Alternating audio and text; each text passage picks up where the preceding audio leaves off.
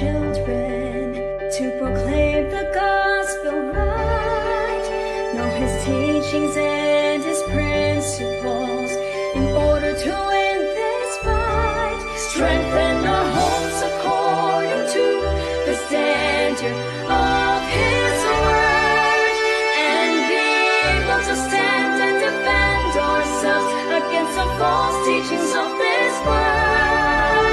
The good shepherd tenants lifting the name of the Lord up high, enlightening with our eyes, embodying his words in our lives. Become a true witness of Christ, the good shepherd tenants. Take up the cross and be God's friend. Time to tell the world that Jesus saved.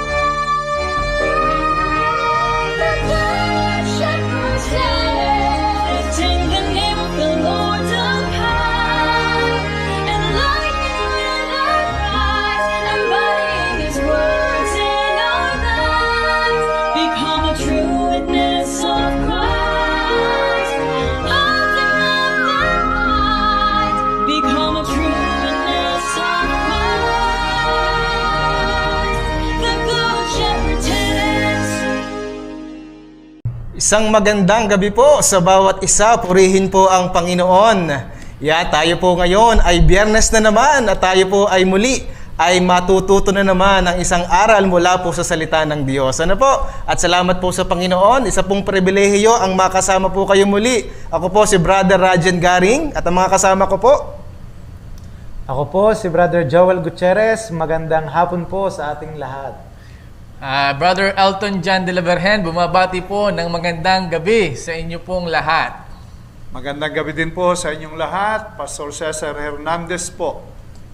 Muli po ay tayo po ay nagpapasalamat sa isang mabiyaya na naman na araw na nagdaan. At ngayon po, tayo po ay magsisimula na po sa ating programa. Pero bago po yon, tayo po ay papangunahan muna ng ating pong pastor sa isa pong panalangin.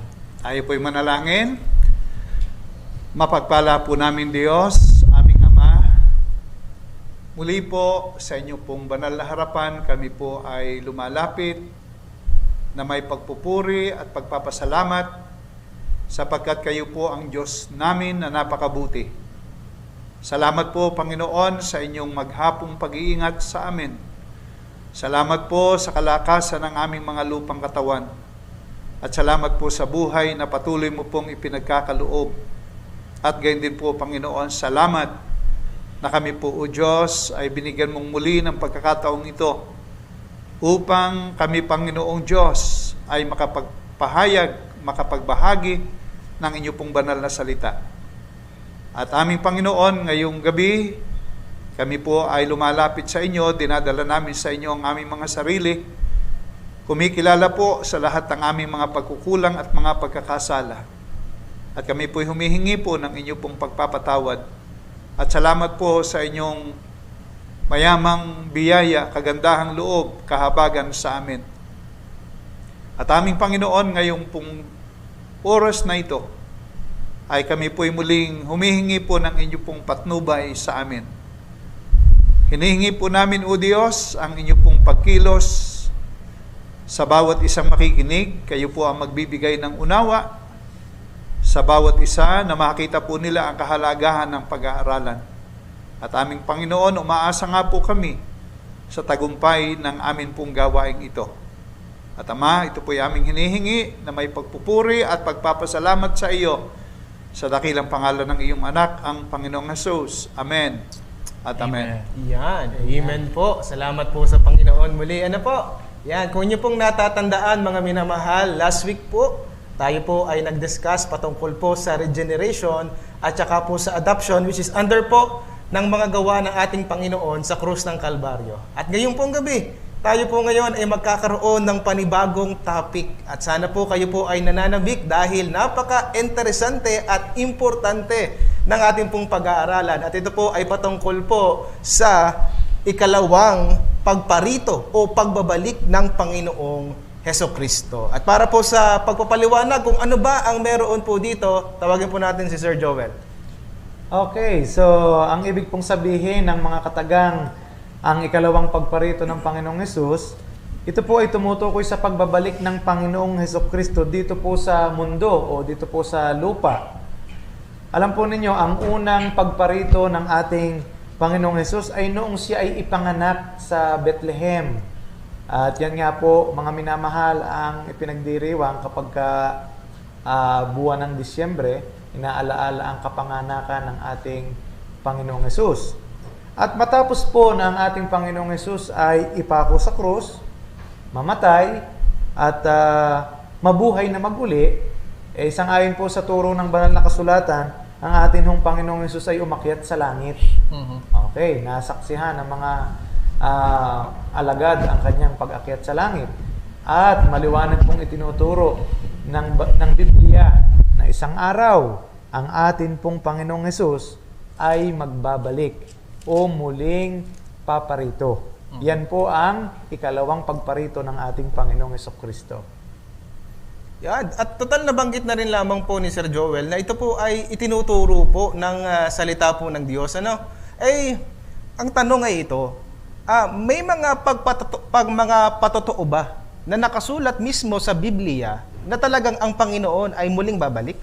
Abay, maganda yung kapatid na tanong mong yan, dito po sa banal na kasulatan, mga minamahal, ay meron pong sinasabi ang banal na kasulatan at nagpapatunay po na talagang babalik pong muli ang ating Panginoon. So, buksan po natin sa Matandang Tipan, sa aklat po ng Sekaraya, chapter 14, verses 3 hanggang 5. So, ito po ang sinasabi, mga minamahal. Kung magkagayoy lalabas ang Panginoon at makikipaglaban sa mga bansang yaon, gaya ng siya'y makipaglaban sa araw ng pagbabaka, at ang kanyang mga paa ay magsisitayo sa araw na iyon sa bundok ng mga olibo na nasa tapat ng Jerusalem, sa dakong silangan, at ang bundok ng mga olibo ay mahahati sa gitna niya, sa dakong silangan at sa dakong kanluran. At magiging totoong malaking libis, at ang kalahati ng bundok ay malilipat sa dakong hilagaan, at ang kalahati ay sa dakong timugan. At kayo'y magsisitaka sa libis ng aking mga bundok, sapagkat ang libis ng mga bundok ay magsisiabot hanggang sa Asel. Oo, kayo'y magsisitakas gaya ng kayo'y tumakas mula sa lindol ng mga karawan ni Uzzias na hari sa Huda. Pansinin niyo po ang sunod, at ang Panginoon kong Diyos ay darating, at ang lahat ng mga banal na kasama niya. So dito binabanggit po na grabe po ang mangyayari sa pagbalik po ng ating Panginoon. At ito po ang talata na isang nagpapatunay na siya po ay babalik na maguli.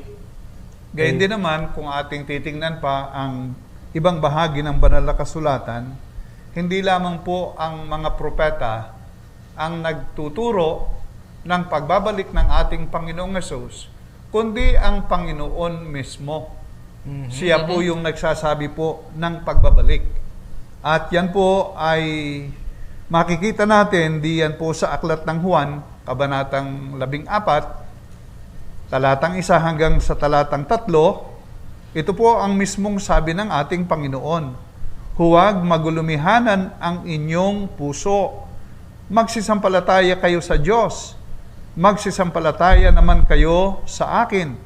Sa bahay ng aking Ama ay maraming tahanan. Kundi gayon ay sinabi ko sana sa inyo, sapagkat ako'y paruroon upang ipaghanda ko kayo ng dakong kalalagyan.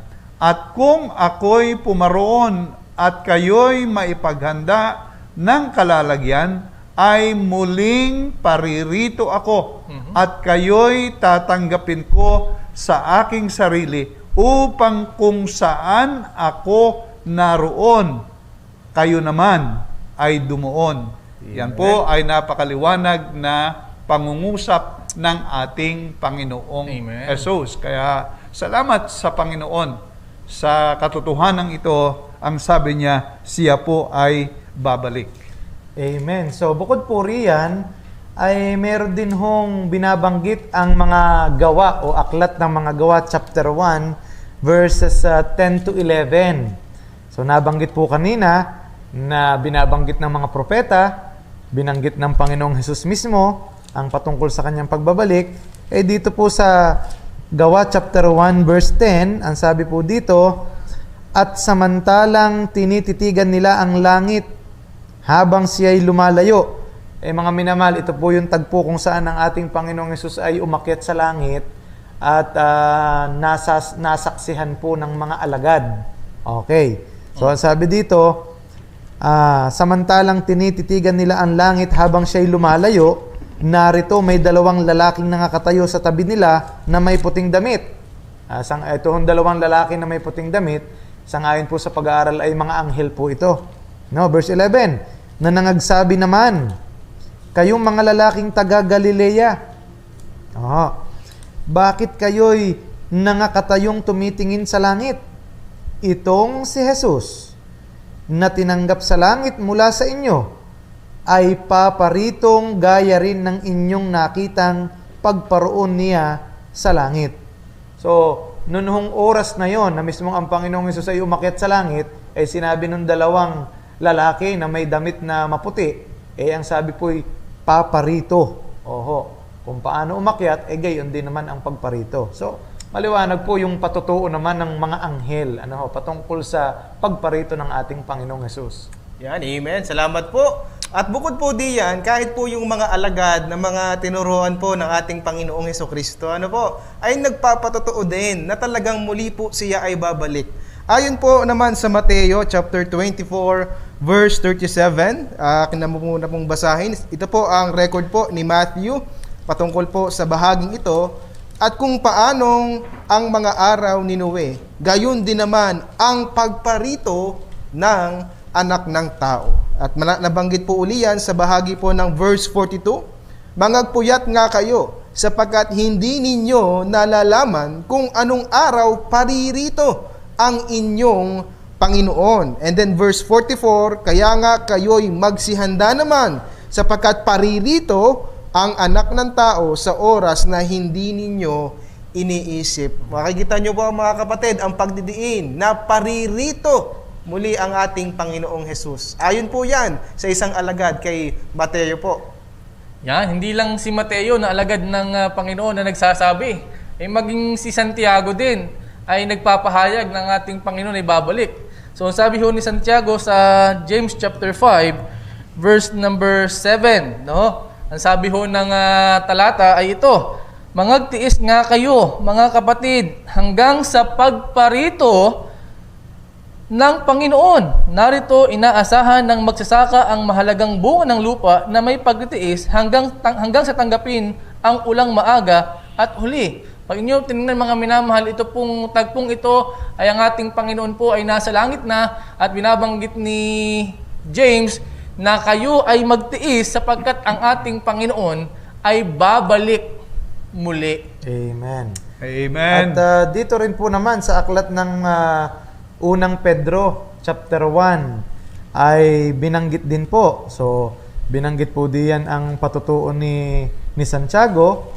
Abay, si Apostol Pedro po din ay nagsasabi, sangayon po sa kanyang sulat, patungkol sa pagparito o pagbabalik ng ating Panginoong Hesukristo. Sabi po dito sa verse 7 ng chapter 1, upang ang pagsubok sa inyong pananampalataya na lalong mahalaga kaysa ginto na nasisira, bagamat ito'y sinusubok sa pamamagitan ng apoy, ay masumpungan sa ikapupuri at ikaluluwalhati at ikararangal sa pagpapakahayag ni Hesukristo. Sa English po, yun pong salitang pagpapakahayag ay, ang pagkakabanggit po ay at the appearing of Jesus Christ.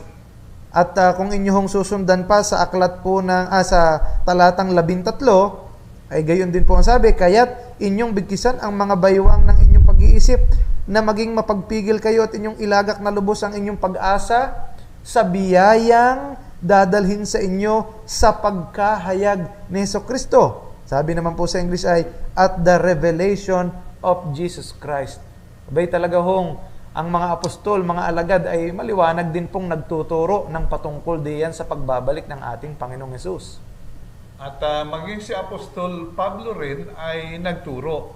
Actually, napakarami pong mga talata sa banal na kasulatan Pero isa na po dito yung binabanggit ni Apostol Pablo sa unang Tesalonica, kabanatang 1, talatang 10.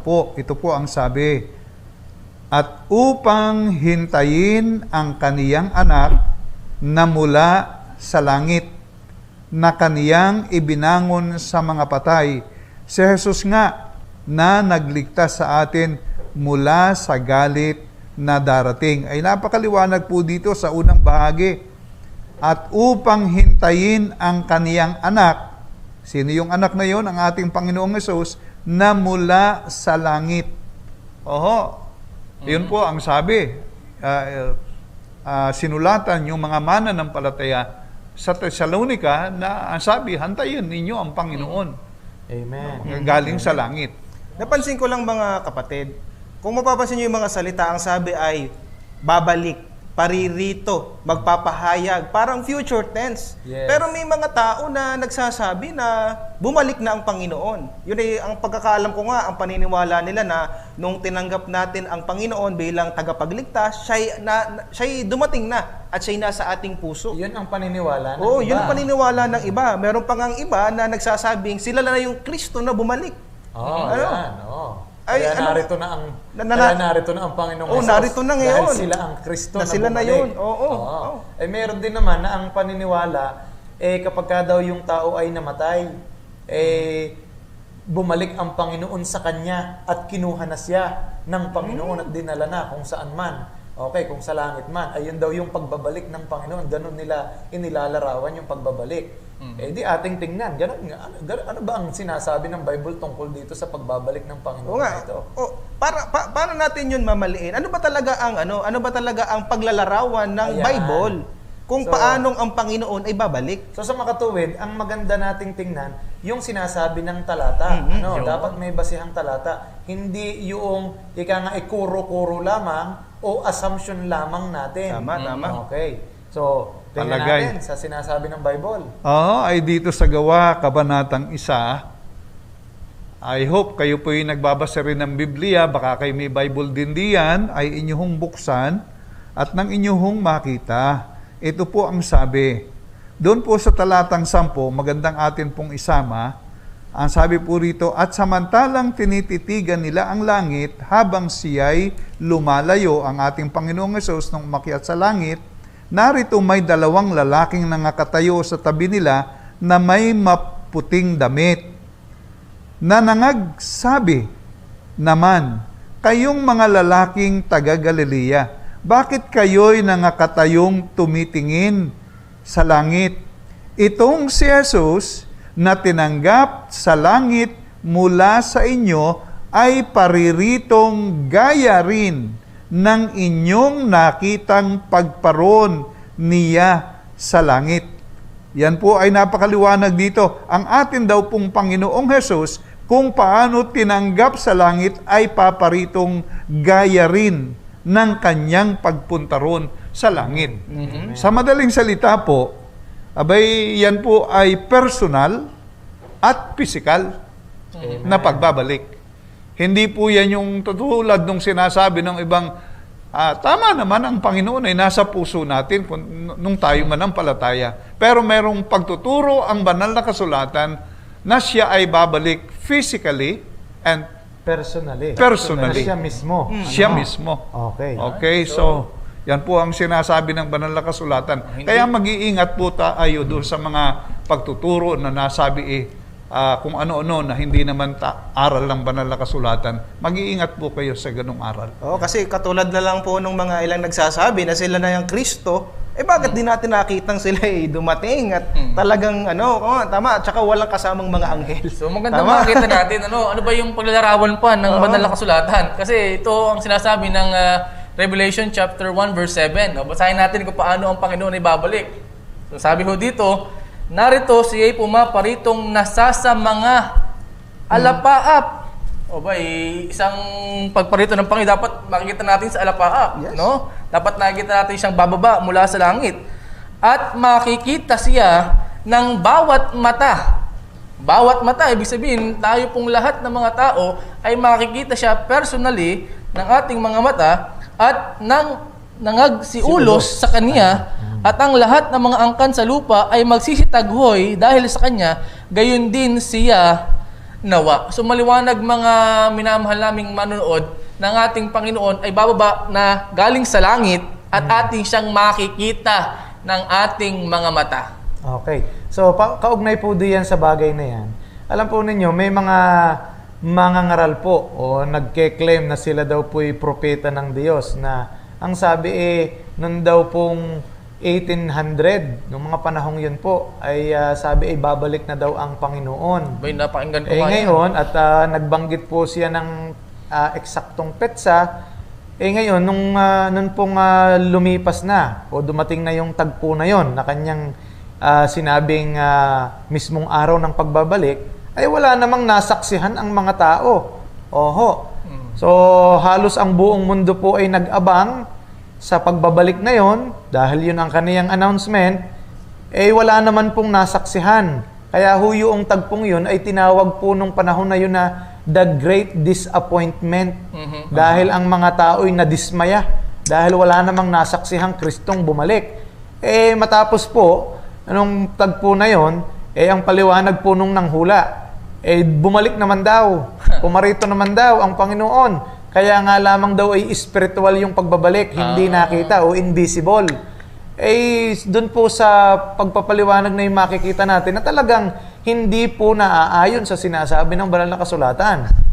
Yung kanyang panghuhulang ginawa dahil napakaliwanag po sa binasa ng ating kapatid na AJ na makikita ng bawat mata ang pagbabalik ng ating Panginoong Hesus siguro Kristo. kaya sinabi na invisible para hindi sila mapahiya. Dahil naghula sila. Palusot na lamang. Hindi nangyari. Kaya lamang doon sa palusot na yon ay lalo namang sumalungat sa sinasabi ng Bible. Mali pa rin. Lalo nilang minali ang walang lusot. Wala talagang lusot. Okay, sige po. Ano po ang mga paglalarawan ng pagbabalik ng ating Panginoon? So, ang isa pa po diyan, itong sinasabi sa Mateo, chapter 24, verse 27. Okay?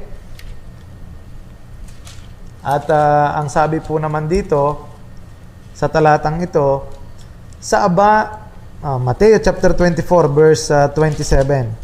Sapagkat gaya ng kidlat na kumikidlat sa silanganan at nakikita hanggang sa kalunuran, gayon din naman ang pagparito ng anak ng tao.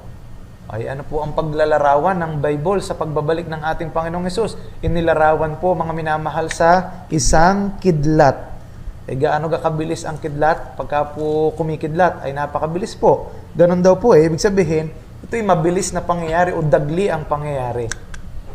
So, salamat sa Panginoon sa mga patutuong yan ng banal na kasulatan. At sa totoo po ay marami pang talata tayong mababasa.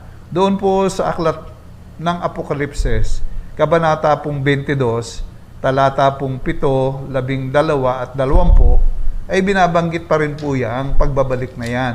Ito po yung sabi, at narito, ako'y madaling pumaparito. Mapalad ang tumutupad ng mga salita ng hula ng aklat na ito. Doon po sa first part, ang sabi, narito, ako'y madaling pumaparito. Sa verse 12, ang sabi rin po, narito, ako'y madaling pumaparito. At ang aking gantimpala ay nasa akin upang bigyan ng kagantihan ang bawat isa ayon sa kaniyang gawa. At maging sa talatang 20, ang sumasaksi sa mga bagay na ito ay nagsasabi, oo, ako'y madaling pumaparito. Siya nawa, pumarito ka, Panginoong Jesus. Wow. Abay, kaliwanag po ng mga pagtuturong ito, ng mga talatang ito, na sinasabi pong ang ating Panginoon ay paparito. At sabi nga po kanina, physically, bodily, hindi po spiritual. So, yan po ang pagtuturo. Kaya po, salamat sa Panginoon na mayroon tayong banal na kasulatan upang atin pong maintindihan ang talagang aral. At yan po ang sinasabing siya ibabalik ditong makikita natin ng mukhaan. So, purihin po ang ating Panginoong Diyos. At dahil po daglian, ibig sabihin din ito ay anumang oras ay maaari itong mangyari. Ano po? Yes. Anumang oras po ay posibleng mangyari ang pagbabalik ng Panginoon. Ito po ang patotoo po ni Mateo sa chapter 24, verse 42 and 44 na nabasa ko na rin po kanina, pero basahin ko po muli mga kapatid. Mangagpuyat nga kayo sapagkat hindi ninyo nalalaman kung anong araw paririto ang inyong Panginoon. Hindi ninyo nalalaman. Sabi po sa verse 44, kaya nga kayo'y magsihanda naman sapagkat paririto ang anak ng tao sa oras na hindi ninyo iniisip. Wow, grabe po ano. Ibig sabihin, ang pagbabalik po ng Panginoon ay posibleng bukas.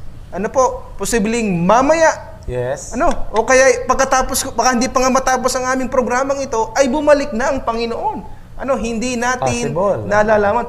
Possible po yun, ano po. Yan, talagang ito po pala ang, kaya importanteng atin na agad itong mapag-aralan. Ano po? At isa pa na talata na sumusuporta diyan sa ating sinasabi niyan is aklat ng Tesalonica. Unang Tesalonica chapter 5 verses 1 and 2. Ito ang sinasabi po ni Apostol Pablo sa mga mananampalataya ng taga Tesalonica. Sabi po dito, datapwat tungkol sa mga kapanahunan at mga bahagi ng panahon. Mga kapatid, hindi nyo kailangan na isulat ko pa sa inyo ang anuman. Pansin nyo po ang verse number 2. Sapagkat kayo rin ang mga lubos na nakakaalam na ang pagdating ng kaarawan ng Panginoon ay gaya ng magnanakaw sa gabi. Ikinumpara po ang pagbalik ng Panginoon sa magnanakaw. Ibig sabihin, hindi natin alam, no, katulad ng magnanakaw kung kailan magnanakaw, no? Yes. So ganun din daw po ang pagbalik ng Panginoon. Oo. Ikaw ay natutulog, hindi mo alam, nandiyan na pala. Walang paalam, walang pasabi. paalam, no? So ganyan po ang pagbalik ng Panginoon. At ang isa pa po diyan, ito hong pagbabalik ng ating Panginoong Hesukristo. Bukod sa daglian at anumang oras ay maaaring mangyari, ito po ay kinapapalooban ng dalawang bahagi, mga minamahal. Ang isa po ay yung tinatawag na pagdagit o rapture, na dito po sa bahaging ito, yung pagparito sa alapaap ng Panginoon upang agawin o kuhanin ang mga mananampalataya. Yan ho'y mababasa natin sa 1 Thessalonians chapter 4, verse 16 to 17. Ang sabi dito, sapagkat ang Panginoon din ang bababang mula sa langit, na may isang sigaw, may tinig ng arkanghel, at may pakakak ng Diyos, at ang nangamatay kay Kristo ay unang mga bubuhay na maguli. Kung magkagayon tayo ng bubuhay na nangatitira, ay aagawin kasama nila sa mga alapaap, upang salubungin ang Panginoon sa hangin, at sa ganito'y sa Panginoon tayo magpakailanman. So, yun hong unang bahagi, ay pamula sa langit ang Panginoon pupunta sa alapaap upang salubungin ang kanyang mga anak, ang mga mananampalataya, no? Agawin ang mga mananampalataya. At ang ikalawa pong bahagi ay yung binabanggit po na pagpapahayag o revelation ng atin pong Panginoong Hesukristo. Yan naman po ang pagparito sa lupa. Pamula sa alapaap ay bababa ang Panginoong Hesukristo mismo sa lupa. Dito po. Kasama ang mga mananampalataya. Okay. At yan ho na may mababasa natin dito sa 2 Thessalonians chapter 1 verse 7 to 9 na ang sabi po dito. At kayong mga pinighati ay bigyang kasama namin ng kapahingahan sa pagpapakahayag. Yun po ang sabi. No? Sa pagpapakahayag ng Panginoong Jesus mula sa langit na kasama ang mga anghel ng kanyang kapangyarihan na nasa nagniningas na apoy, na maghihiganti sa hindi nagsisikilala sa Diyos at sa kanila na hindi nagsisitalima sa ebanghelyo ng ating Panginoong Jesus. 9. Na siyang tatanggap ng kaparusahan na walang hanggang kapahamakang mula sa harapan ng Panginoon at mula sa kaluwalhatian ng kanyang kapangyarihan. So ito pong dalawang bagay na ito po ay yun yung tinatawag na rapture and then revelation of our Lord Jesus Christ. Yan ay bibigyan natin ng diin sa mga darating po na episode ng atin pong programa. Kaya po, wag po kayong bibitaw sa pagsubaybay sa atin pong ginagawa pong pag-aaral. Parang ang ibig mo sabihin ay ating pag-aaralan paano tayo kukunin ng Panginoon. Yes po. Ay napakaganda po nito. Oo. So, May nakaka-excite po yung time na yan. Yeah. At sana Salamat po po sa ay talagang maintindihan natin itong mabuti dahil ito po'y napakahalagang tagpo sa buhay nating mga tao, yung sinasabi pong rapture na yan. Amen. So, Yan. actually po, mga minamahal, ating pinakita yung paano inilarawan, ano. So, ibig sabihin, mga minamahal, ating pinasisinungalingan yung pong mga pangangaral at pagtuturo ng iba na kontra sa salita ng Diyos. Ibig sabihin, kung meron po kayo na papakinggan o mga aral na tinuturo po sa inyo na hindi po galing sa Biblia, ay huwag nyo na hong paniwalaan yan, mga minamahal, ano. At sa Bible ho tayo magtiwala at doon ho tayo bumase ng ating pong paniniwala. Yan, amen. Ano po? So mga kapatid, ang paglalarawan po ng pagbabalik ng Panginoon ay personal, physical, ano po? Makikita. Dapat kita ng mga tao ang pagbabalik po niya. Daglian. At anumang oras ay maaari po itong mangyari. So ibig sabihin malapit na at meron po itong dalawang bahagi. Yung pong tinasabing pagdagit at saka po yung pagpapahayag mismo ng ating Panginoong Jesucristo. So namali na natin, napasinungalingan na natin yung paniniwala na bumalik na ang Panginoon na nasa puso o kaya naman pagkamatay natin o may mga Kristo na nandito. Ngayon, ang sunod na tanong ay ganito. Kailan? Kailan ba talaga ang pagbabalik ng ating Panginoon? Kailan ito mangyayari, mga kapatid? Okay, so sige kapatid, ikaw na ang sumagot. okay, so sabi po dito sa Mateo, mismong ang Panginoong Hesus po ang may pahayag. Kasi yan po din ang itinanong ng kanyang mga alagad. Kailan nga baga daw paparito ang anak ng tao? Sa aklat po ng Mateo chapter 24. Okay, atin hong puntahan sa talatang 36 hanggang 42. Ganito po ang sabi. Ngunit tungkol sa araw at oras na yaon, walang makakaalam. Yan po ang sabi. Kahit ang mga anghel sa langit, kahit ang anak, kundi ang ama lamang. Yan po mismo ang sabi ng ating Panginoong Hesus po dito Sa araw at oras na yaon, walang makakaalam, kahit ang anghel, kahit ang anak, kundi ang ama lamang. Tanging ang Diyos ama lamang po ang nakakaalam pala. 37, at kung paano ang mga araw ni Noe, gayon din naman ang pagparito ng anak ng tao. Sapagat gaya ng mga araw bago nagkagunaw, sila'y nagsisikain at nagsisiinom, at nangag-aasawa at pinapag-aasawa hanggang sa araw na pumasok si Noe sa daong. At hindi nila nalalaman hanggang sa dumating ang paggunaw at sila'y tinangay na lahat. Ay gayon din naman ang pagparito ng anak ng tao. Kaya pala, ang pagkabanggit nga kanina ay anumang oras sa panahong hindi natin iniisip. Yun, dahil wala nga pong nakakaalam, ay ang ama lamang ang nakakaalam. And then ano pa ang sabi dito? Pagdating po dito sa 40, kung magkagay sa bukid ang dalawang lalaki, ang isa'y kukunit, ang isa'y iiwan, dalawang babaeng nagsisigiling sa isang gilingan, ang isa'y kukunit, ang isa'y iiwan. 42, mangagpuyat nga kayo, sapagkat hindi nyo nalalaman kung anong araw paririto ang inyong Panginoon. Abay, wala hong sino man sa atin daw po Kahit daw ang mga anghel ang ating tanungin, hindi rin daw nila alam.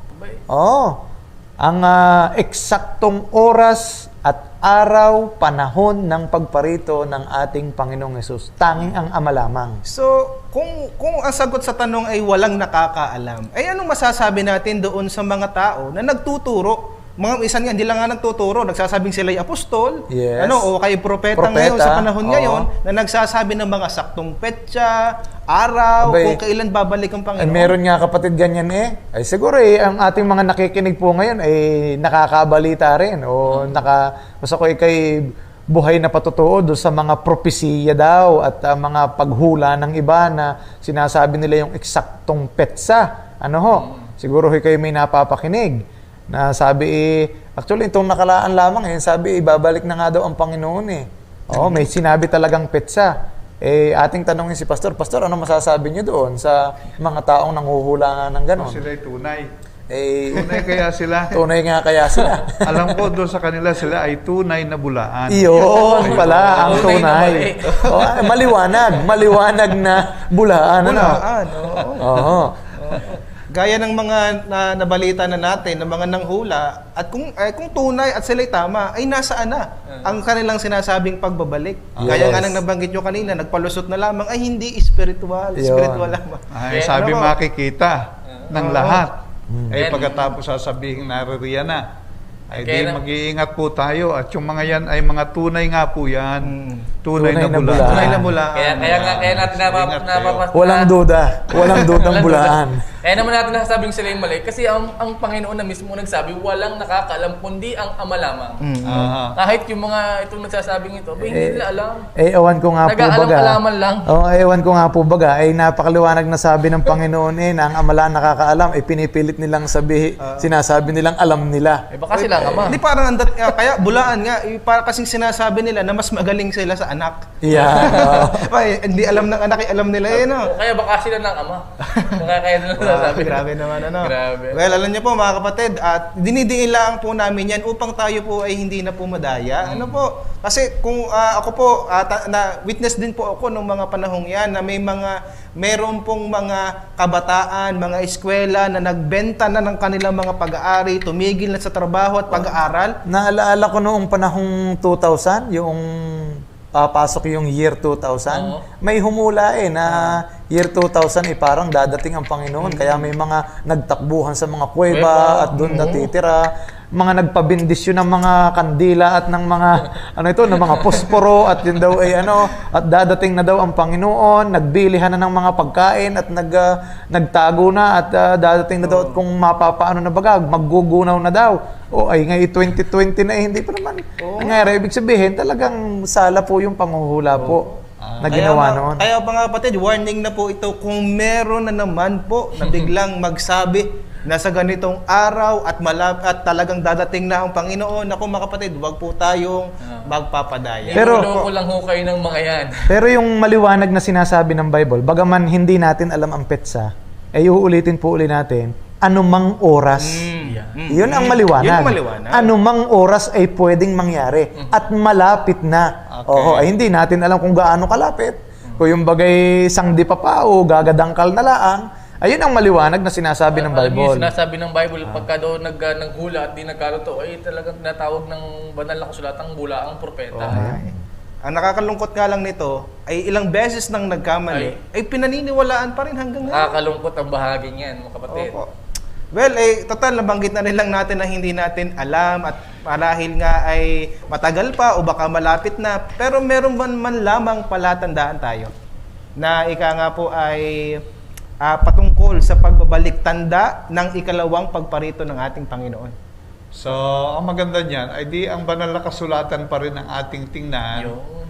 Dahil yun ang ating pinanghahawakan na saligan ng ating pananampalataya, paniniwala at mga pagtuturo. Amen. Ngayon, kung kayo po ay mayroong banal na kasulatan diyan, ay buksan po ninyo sa aklat po ng Mateo, kabanatang 24, mula po sa talatang 1 hanggang sa 35, ay makikita po natin diyan ang mga palatandaan ng ikalawang pagbabalik ng ating Panginoon.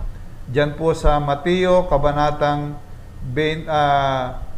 chapter 24. Diyan po sa talatang 3. Kung babasahin po natin mula sa 1 hanggang sa talatang 2, naririyan po ang mga alagad. Ang sabi po, at lumabas si Jesus sa templo at payaon sa kaniyang lakad at nagsilapit sa kaniya ang kaniyang mga alagad upang sa kaniya'y ipamalas ang mga gusali sa templo.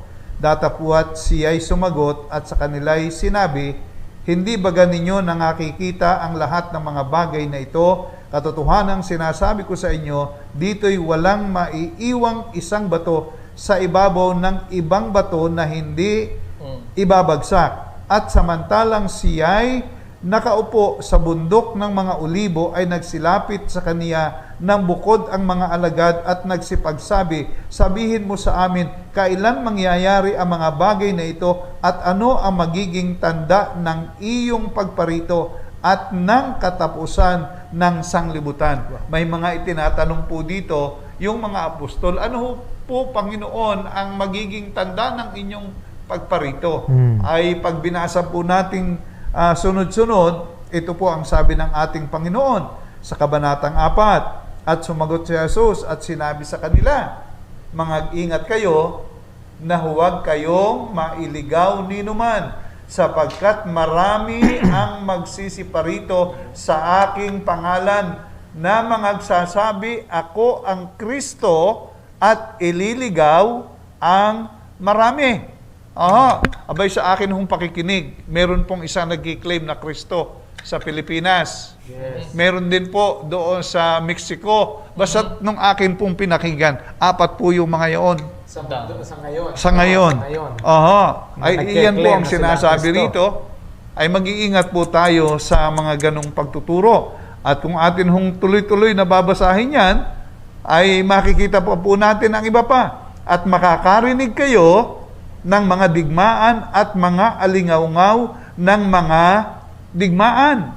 Ingatan ninyo na huwag kayong mga gulumihanan, sapagkat kinakailangan ito'y mangyari datapwat hindi pa ang wakas. Ay diyan po, Pastor, patungkol sa diyan sa alingaw-ngaw ng digmaan at mga digmaan, ay talagang kita naman natin po, mga minamahal, ang nangyayari sa atin pong daigdig na ito.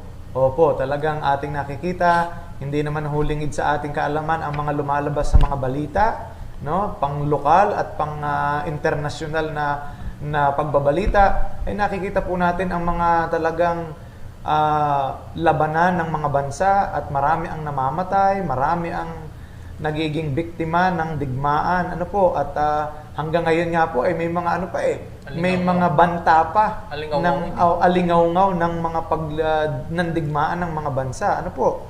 So ibig sabihin, pinakikita po dito, mga minamahal, na talagang malapit na ang pagbabalik ng ating Panginoon.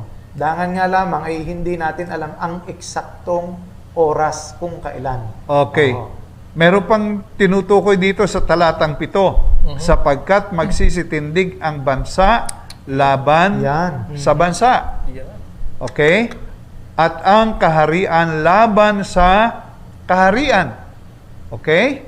At magkakagutom at lilindol sa iba't ibang dako. Ay ngayon po kabi-kabi ay lindol. Ano po? Ay minsan ako'y nanood doon sa sa YouTube.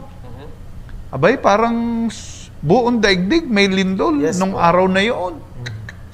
So, ito po'y talagang nagaganap sa ngayon.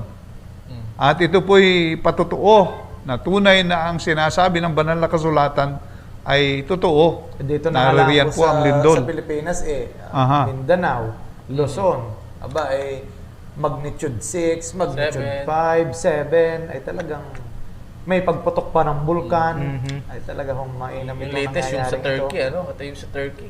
Grabe. Okay. At ito pa, datapwat ang lahat ng mga bagay na ito siyang pasimula ng kahirapan. Kung magkagayoy, ibibigay kayo sa kapighatian, at kayo'y papatayin, at kayo'y kapupuutan ng lahat ng mga bansa dahil sa aking pangalan. Abay, pagka ating tiningnan yung bagay na yan, ang daming mga taong galit na galit sa tunay na mga Kristiyano. Kung ano-anong ginagawa. Pinapatay pa nga. Pinapatay. Sinusunog. Yun ang mga nababalitang pinupugutan ng ulo ng mga Kristiyano, na ang pumapatay naman ay yun hong mga hindi naniniwala sa pananampalatayang Kristiyano. Okay. O hindi naniniwala sa Bible. Opo. So, napakarami pa po rito. Ano pa ang sabi? At kung magkagay marami mga titisod at mga kakanuluhan sa isa't isa, at magkakapuutan sa isa't isa. Naroon yung galit, kapuutan. Okay? At ang sabi po, magsisibangon ang maraming bulaang propeta at kanilang ililigaw ang marami. At dahil sa pagsagana ng katampalasanan, ang pag-ibig ng marami ay lalamig. So, yan po ang sabi ng banal na kasulatan, at napakadami pong binabanggit dito sa ating talata, no? Naririyan po. At sa talata pong siguro atin ang tingnan yung iba pang mga talata sa banal na kasulatan. Napakarami pa po nito. Ito pong talatang atin pong binanggit, 1 to 35, makikita po din natin. At sa iba pong bahagi pa ng banal na kasulatan, diyan po sa 2 Timothy, ano ho? Okay, kung atin pong papansinin o 1 Timothy chapter 4, ay binabanggit po diyan ang mga mangyayari pa dito po sa mga panahong sinasabing pagbabalik ng ating Panginoong Hesus. Ito po ang sabi, chapter 4, verse 1, 1 Timothy. Ngunit hayag na sinasabi ng Espiritu na sa mga huling panahon, ang iba'y magsisitalikod sa pananampalataya at makikinig sa mga espiritong mapanghikayat at sa mga aral ng mga demonyo. Ay biro mong gaanong kasamang panahon ang magiging panahon natin na yan ay sinasabing tanda ng pagbabalik ng atin pong Panginoong Hesus. At doon po sa talatang 14 ng atin pong binabasang Mateo kabanatang 24, ito po, at ipangangaral ang ebanghilyong ito ng kaharian sa buong sanglibutan sa pagpapatotoo sa lahat ng mga bansa, at kung magkagayoy darating ang wakas. Okay, so Okay? sang-ayon po pastor sa istatistika, napakaliit na lang, almost all over the world ay talagang naaabot na po ng banal na kasulatan. Ang daigdig na ito. So, ibig sabihin, talagang ipinakikita po na malapit na ang pagbabalik ng ating Panginoon. Tsaka nabanggit kanina yung ng katampalasaan at pag yung tingnan ng mundo, grabe na yung ginagawa ng mga tao. Yung mali ay ginagawa tama. Yung abortion, grabe na po ngayon. Ginagawa illegal. Talagang Talagang yung mga pagpapalit ng Pasarian. Sarian. Talagang lumalala na po. Binabago ang disenyo ng Diyos. Sabi nga, kaya sabi At binabaluktot yung katuwiran ng Diyos. sumasagana ang katampalasanan. Talagang yan po yung nangyayari na po sa ating mundo ngayon, mga minamahal. Nabanggit na rin lamang kanina ni Brother Joel yung naaabot ng salita ng Diyos. Ako po kasi nagtuturo ng church history at meron po akong statistics doon po sa translation ng Bible. At ang sabi po, ang hindi na lamang po na language at dialect na hindi pa po naisasalin ang Bible all over the world. Sabi po ay 3% na lang. 3%. 3% na lang ng lahat po ng dialect at languages. Ibig sabihin ng Bible na translate na sa iba't iba. Kaya po ito yung best pinaka most translated na book sa buong mundo. At ang hindi na lang po lengguwahe at dialekto na natitira. Kasi yung mga hindi naaabot pa ay 3% na lamang. Grabe. Kakaunti na. Kakaunti na po yun. Hindi kaya dahilan lamang sa persecution na nangyayari, Kung kaya hindi lubos na maipangaral dahil yung ating yung banggang ating technology ngayon, kumbagay buong daigdig na Kagaya ng ganitong ginagawa natin, ito po ay napapanood All sa over the world. iba't iba ring bahagi ng daigdig. Ay mayroong mga lugar na bawal ang Bible. Ay kinukumpis ka. Ay kaya hindi maisulat doon ang Bible. Pero technically, marahil ay napapakinggan na. Wala pa lamang makapagsulat doon dahil nga doon sa galit sila sa ating Panginoong Hesus. Sa panahon ito, mas mabilis na lalong maaabot dahil ng teknolohiya. Yes. Kahit yung bawal ang Bible, pagka nanonood kayo ng ating programa ngayon, maaabot po kayo ng salita ng Diyos. Oo nga. Ngayon, maraming mga tao lang Bible pero nakakapakinig ng pangangaral. Kayo, ito na yung pagkakataon. Grabe po. Ibig sabihin talagang yung kung sinasabi dito, yung katotohanan na pag naipangaral ito sa buong sanglibutan. Ayun na daw, ang wakas. Ay, kasunod nun, wakas na. Kaya mga minamahal, grabe po yung talagang binabanggit natin kaninang malapit na, ay malapit na nga talaga. Amen. So, purihin ang ating Panginoong Diyos dahil po sa ganyang katotohanan na talagang nagtuturo ang banal na kasulatan na siya ay malapit ng bumalik. So, salamat sa ating Panginoon. So, ano pa ang ating mga makikita rito? Okay? So, dyan pa sa, ano sabi riyan? Sa aklat, sa verse 15 ng Matthew 24. Ano ang sabi rito? Okay? Kaya nga, pagkakita ninyo ng kasuklam-suklam na paninira na sinalita sa pamamagitan ng propeta Daniel na natatayo sa dakong banal, unawain ng bumabasa. Abay, ito yung Antikristo na. Opo, No? yung sinasabi po So, ito na yung Antikristo. Ngayon, meron akong naririnig na marahil daw ay buhay na ito at hindi lamang pakilalang tunay. Nagpapahayag. Aha. At dahil sa sitwasyon natin ay talagang nakikita natin na para bagang ang mundo natin talagang napakasama na. Amin nagmamaniubra ng takbo ng ating daigdig na ito na marahil ultimately magpapakilala yan sa panahong kanilang ginugusto pag ating sinusubaybayan ang takbo ng mundo. Grabe na ang kaguluhan. Okay, yung mga manipulasyon na ginagawa ng daigdig upang makontrol lamang ang daigdig. Kaya tayo ho ay magsipaghanda sapagkat malapit na po ang pagbabalik ng ating Panginoon. Amen. So, baka kayong mga kapatid ay meron pang gustong idagdag dito sa mga palatandaang ito ng pagbabalik ng ating Panginoon. Ay di, ito pong binabanggit ng mga kasunod na talata. So, sa verse 15, ang tinutukoy po diyan ay yung Antikristo po. Yun yung sinasabi sa propesiya ni Daniel. And then, ito pong 16 to 22, ito ho yung mangyayari sa daigdig. Ano ho? Sabi ko, magkagayoy magsitaka sa mga bundokan na nga sa Judea, ang nasa bubungan ay huwag bumaba upang maglabas ng mga bagay sa loob ng kanyang bahay. And then, pagdating po dito sa verse 21, sapagkat kung magkakaroon ng malaking kapighatian, na ang gayoy di pa nangyayari buhat sa pasimula ng sanlibutan hanggang ngayon, at hindi na mangyayari kailanman, at malibang paikliin ang mga araw na yaon, ay walang lamang makaliligtas, datapwat dahil sa mga hirang, ay paiikliin ang mga araw na yaon. So, bago po talaga yung aktual na pagparito, yung sinasabi natin kanina, ay mangyayari daw po itong mga bagay na ito. Oho. At pag atin hong tinignan yung verse 29 to 30, datapwat karakarakang pagkatapos ng kapighatian sa mga araw na yun ay magdidilim ang araw, at ang buwan ay hindi magbibigay ng kanyang liwanag, at mga lalaglag ang mga bituin mula sa langit, at magsisipangatal ang mga kapangyarihan sa mga langit.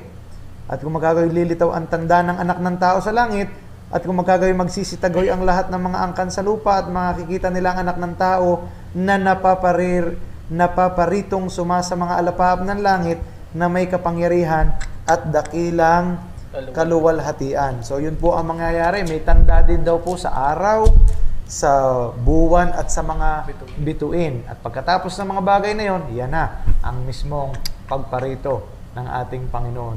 Oho. Amen. At least kahit papaano tayo po ay may salita po ng Diyos na nagiging gabay po natin sa ganito pong uri ng pag-aaral at katotohanan dapat nating malaman. Total na pag-usapan na rin natin na kung ano ang kung talagang tinuturo ba ito ng Bible. Dinalinaw na natin 'yon. At nalinaw na din po natin kung paano babalik, kung ano yung paglalarawan ng pagbabalik ng Panginoon. Naintindihan din po natin ngayon na ika nga po ay hindi natin alam. Walang nakakaalam kung kailan siya babalik. Pero meron namang mga senyales na ibinigay ang Panginoon kung kailan yun mangyayari. So, ang tanong ngayon ay ito, ano naman ang layunin? Bakit ba babalik pa uli ang ating Panginoon? Ano ang kanyang purpose o rason sa kanyang pagbabalik na ito, mga kapatid? Boy, magandang sagutin natin yan, kapatid? At yan po ay napakagandang tanong na ating magandang sagutin. So, isa pong layunin, mga kapatid, kung bakit po ang ating Panginoon ay babalik na mag-uli dito po sa ating mundo, dahil po sa sinasabi ng John chapter 14, verses 1 hanggang 3. Ito ho ang sinasabi ng ating Panginoon sa aklat pong ito. Chapter 14, verse 1 to 3. huwag magulumihanan ng inyong puso, magsisampalataya kayo sa Diyos, magsisampalataya naman kayo sa akin. Sa bahay ng aking ama ay maraming tahanan, kung di gayon ay sinabi ko sana sa inyo, sapagkat ako'y paroroon upang ipaghanda ko kayo ng dakong kalalagyan. Pasin niyo po yung verse 3. At kung ako'y pumaroon at kayo may ipaghanda ng kalalagyan, ay muling paririto ako sa anong layunin?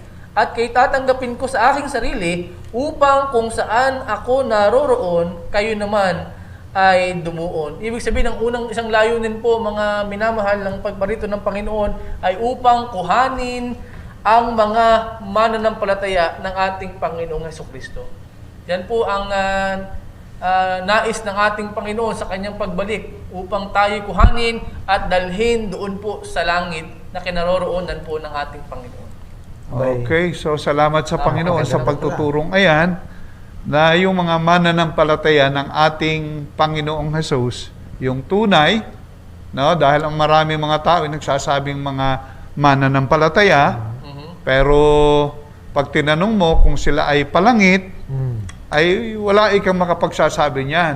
Kung sila ay ligtas, ay wala ikang makapagsasabi niyan. Hindi pa ika nabalik ang ating Panginoon. Maya-maya po'y ating liliwanaging mabutihan. Yes. Para sa ganun, kayo namang pong nakikinig, ay magkaroon po ng kaliwanagan sa tamang pananampalatayang itinuturo ng banal na kasulatan. Salamat. At ang sabi nga rito ay babalik ang ating Panginoon, sabi sa kanyang mga alagad, huwag ika kayong malungkot, no?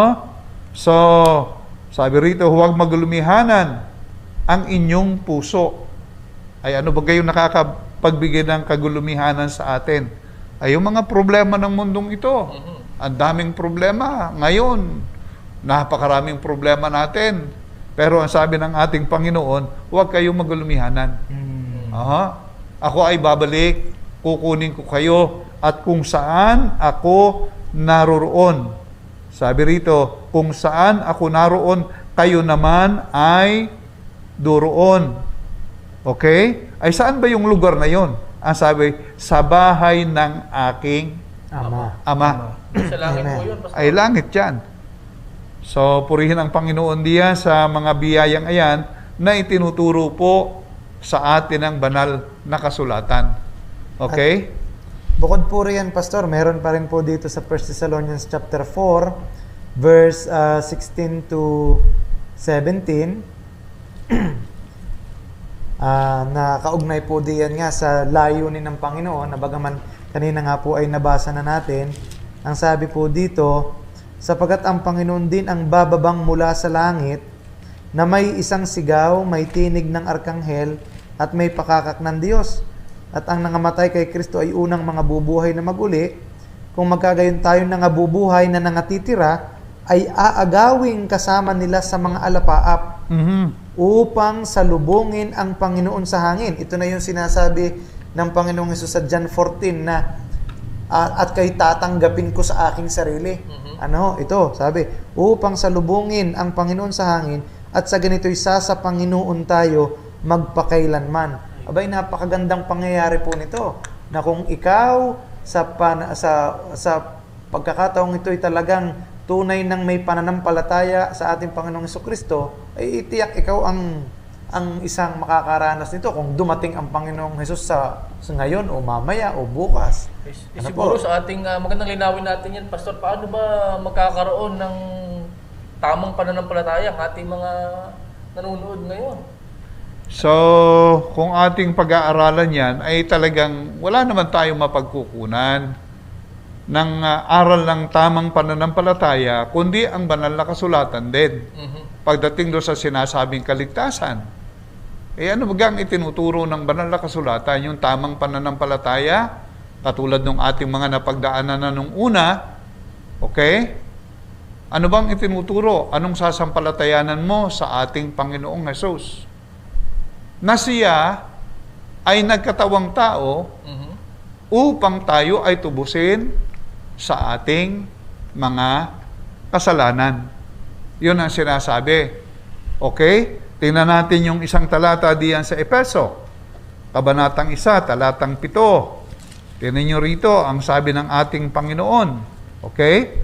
Sabi rito, nasa Kaniya.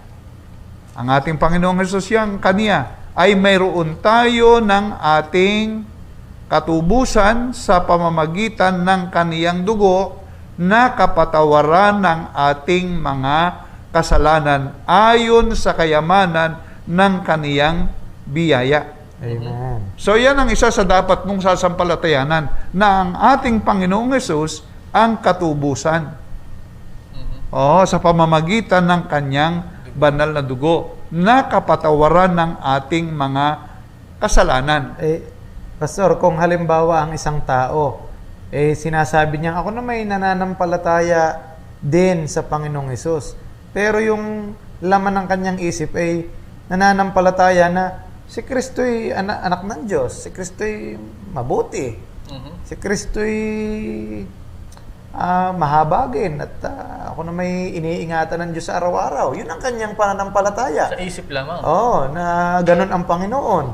Ay, yun bang ganung klase ng pananampalataya ay masasabi nating siyang tinutukoy ditong makakasama doon sa kukuhanin ng Panginoon at sinasabi nating may kaligtasan? Kung ganun lamang ang kanyang... Ay dito, kung ito'y ating titingnang mabuti, ang ating Panginoong Hesukristo ay pumunta rito upang tayo ay tubusin. Dapat alaman mo yung salitang katubusan. Kinakailangang maranasan mo yung katubusang ginawa ng ating Panginoong Hesus. Yun nga, sa aking pagtuturo, sabi ko doon sa aking mga tinuturuan, sabi ko, tama naman na mayroong langit. Naniniwala kayo may langit, si Kristo ay Diyos na nagkatawang tao, tama naman yun. Pero ang nakapagliligtas, itong Kristong ito ay nagkatawang tao para ikaw ay tubusin sa iyong kasalanan, bayaran ang kasalanan mo. So, napakahalaga pala po, Pastor, na talagang maunawaan at tanggapin at panghawakan ng isang taong makasalanan na ang tanging makapagdadala sa kanya sa langit ay ang Panginoong Hesukristo, at ang naging paraan ay yung ginawa ng Panginoong Hesukristo dun sa cross. Yes. Kasi meron po mga minamahal na naniniwala nga si Kristo'y Diyos, o naniniwala si Kristo'y mabuti, o naniniwala si Kristo'y mahabagin, pero pagdating sa tinatawag na pagpasok sa langit, ay iba na yung kanyang pinanghahawakan. Ang kanyang pinanghahawakan na yung kanyang relihiyon, o yung kanyang kabaitan. Ang iniisip niya ay mabait naman ako naman ay madasalin, kaya ako'y papasok sa langit, kaya ako'y tatanggapin ng Diyos sa langit. Kumbaga, pagdating dun sa kaligtasan, iba na, hindi na si Kristo ang ipinagdidiinan. Pero pagdating dun sa sino ang nag-iingat sa iyo, ay di, sasabihin niya, ang Panginoon. Pero pagdating dun sa sino magdadala sa iyo sa langit, ay parang sinasabi na, ay ako na ang magdadala sa langit, ang sarili ko na, hindi na si Jesus. May talata, kapatid, dyan si Apostol Pablo. Ang sabi po niya sa unang Korinto chapter 15 verse 19, kung sa buhay lamang na ito tayo umaasa kay Kristo, ay tayo na sa lahat ng mga tao ang lalong kahabag-habag. May pag-asa din sila kay Kristo. Nananalig din naman. Pero hanggang dito lamang sa buhay na ito. Parang ang idea, kapatid niya, sinasabi mo, nananalig na si Kristo ang tutugon sa aking mga pangailangan, sosolve ng aking problema dito sa lupa, para maabot ko yung aking pangarap, para ako'y pumasa sa exam, ay di nananalig kay Kristo. Hindi nananalig yung para ako'y maligtas ang aking kaluluwa, at para ako'y makapasok sa langit, at para ako'y matubos, at para ako'y mapatawad sa kasalanan, ay hindi na si Kristo. Ayun ang kahabag-habag daw. Sabi ng Panginoon doon sa mga taong yun lang ang pananampalataya, ay lalong kahabag-habag. May uri pala ng pag-asa na kay Kristo na nakatuon, pero kahabag-habag pa rin ang dulo. Bakit? Kasi hanggang dito lamang sa buhay na ito. Ang kanilang pinagtitiwalaan. Ang kanilang hinihingi sa Panginoon, maraming pera, magandang buhay, pero hindi nila iniisip ang kaligtasan ng kanilang kaluluwa.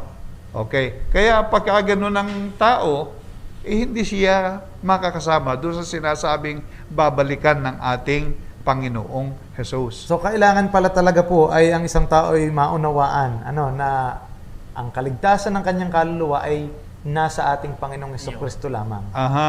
Hindi doon sa ating magagawa. Yes. Hindi doon sa ating mga pinagsisikapan. Hindi doon sa ating relihiyon. Amen. Ay may mga taong ipinagpipilitan pagka hindi ka sumama sa aming relihiyon, hindi ka maliligtas. Abay, wala namang pagtuturong ganun. Nagamit ng talata, ay sala naman ang aplikasyon. Abay, mag-iingat tayo sa ganun. Walang itinuturong relihiyong makapagliligtas sa atin. Walang sinasabing tayo ay ililigtas pagka tayo sumama sa kanilang mga relihiyon. Walang ganun. Kay Kristo po lamang. Si Kristo po ang ating tagapagligtas. Katulad ng ating palaging binabanggit diyan sa Juan 3:16, 17, ay ito po'y ating basahin at atin pong ating unawaing mabuti. Okay? Ito po yung sabi ng talata.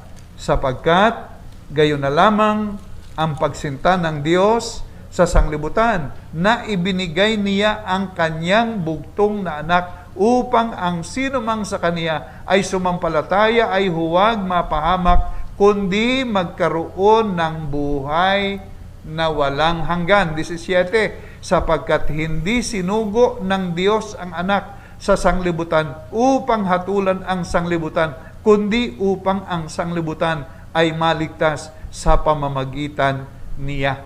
Okay, napakaliwanag po ng talatang ito. Inaalaala ko minsan yung isang matanda na, pero salamat sa Panginoon at siya ay nakakilala.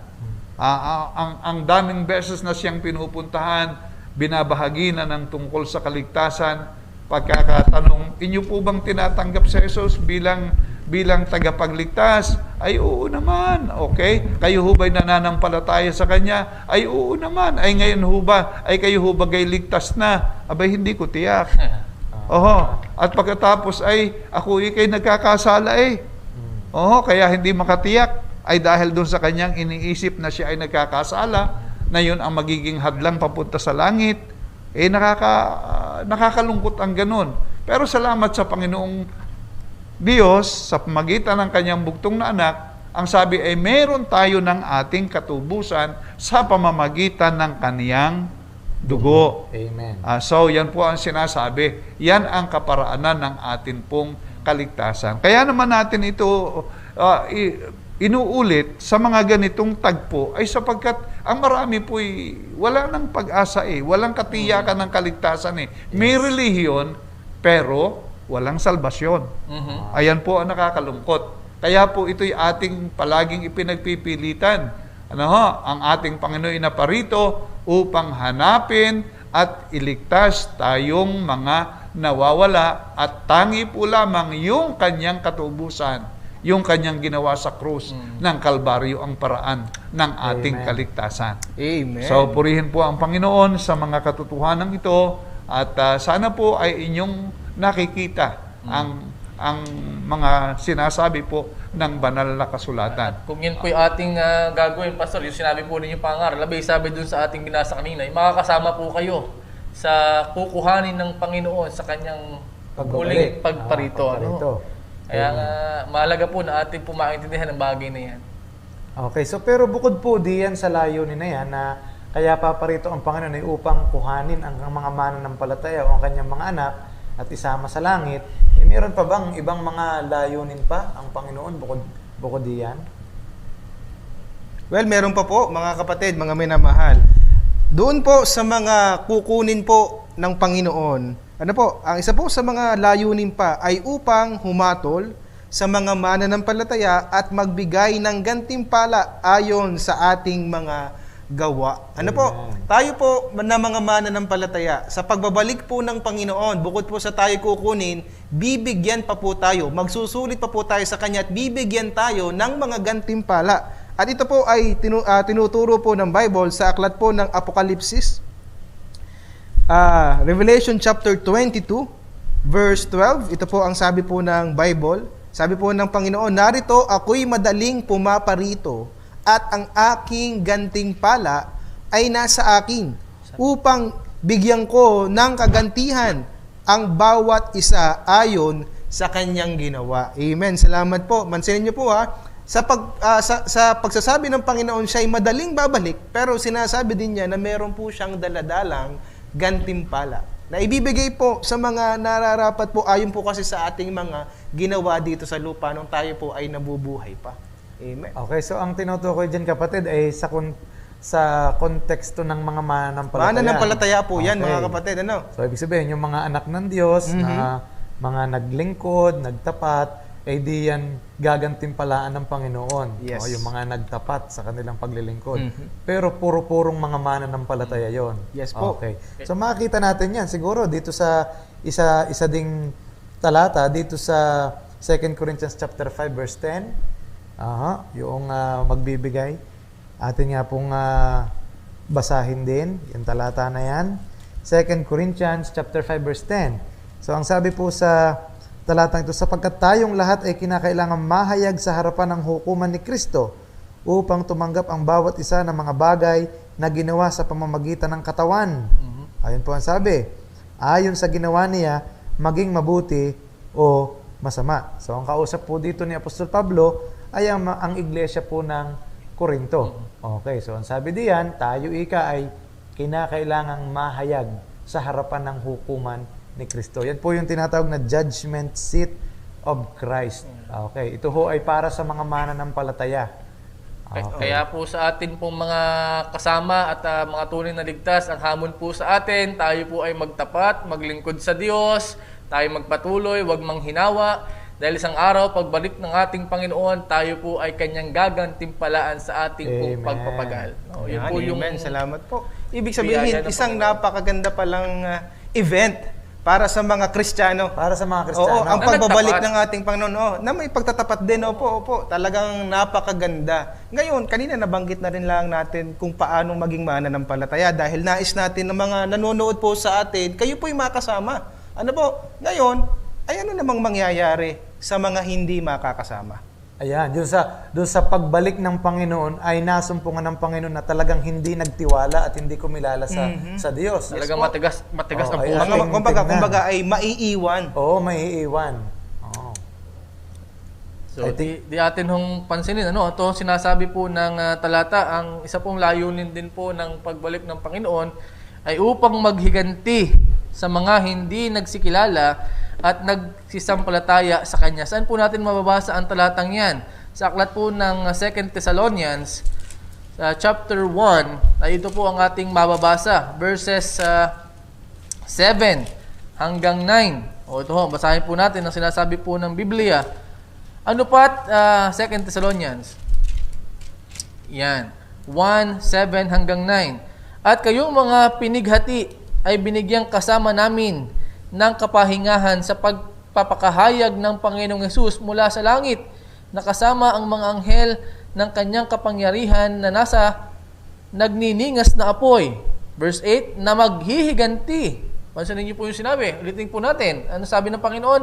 Na maghihiganti sa hindi nagsisikilala sa Diyos at sa kanila na hindi nagsisitalima sa ebanghelyo ng ating Panginoong Jesus. Verse 9, na siyang tatanggap ng kaparusahan na walang hanggang kapahamakan mula sa harapan ng Panginoon at mula sa kaluwalhatian ng kanyang kapangyarihan. Abay, ang sabi po ng Panginoon, ang isang layunin din ng Panginoon sa kanyang pagbalik doon sa mga hindi sumampalataya, matigas ang puso, hindi kumilala sa Panginoon. Abay, ang sabi ng Panginoon, siya'y maghihiganti at kanyang dadalhin ito sa kaparusahan. Yan. Ay, kapareho din yun ang binabanggit dito sa aklat ng Isaias po eh. Sa Old Testament, chapter 13, verse 9 to 11. Ang sabi po dito, kayo niyo pong papansinin, narito ang kaarawan ng Panginoon ay dumarating, mabagsik, na may puot, at mabangis na galit, upang gawin kagibaan ang lupa at upang lipulin mula roon ang mga makasalanan niyaon. Sapagat ang mga bituin ng langit at ang mga gayak niyaon hindi magbibigay ng kanilang liwanag, ang araw ay magdidilim sa kanilang pagsikat at hindi pasisilangin ng buwan ng kanyang liwanag. 11, ang sabi po, at aking parurusahan ang sanlibutan dahil sa kanilang kasamaan at ang mga masama dahil sa kanilang kabalakyutan. at aking patitigilin ang kahambugan ng palalo, at aking ibababa ang kapalaluan ng kakilakilabot. Aba, ay talagang matindi po yung pagbabalik ng Panginoon eh. Doon po sa mga tao naman na talagang hindi ho nagbalik loob sa Diyos. Oo, ang Panginoon po ay kumakatok sa atin at nagpapakilala sa atin. Pero ang mga tao ay walang panahon sa Panginoon, ayaw sa Panginoon, galit sa Panginoon. Abay, ang sabi po, ay pag ang Panginoon ay bumalik at kayo narat ng kayo hindi nakapagbalik loob at hindi nakapagsisi ng inyong kasalanan, ay ang sabi po ng Panginoon na ito ang gagawin ng Panginoon. Parurusahan ng Panginoon ang mga tao dahil sa kanilang kasamaan.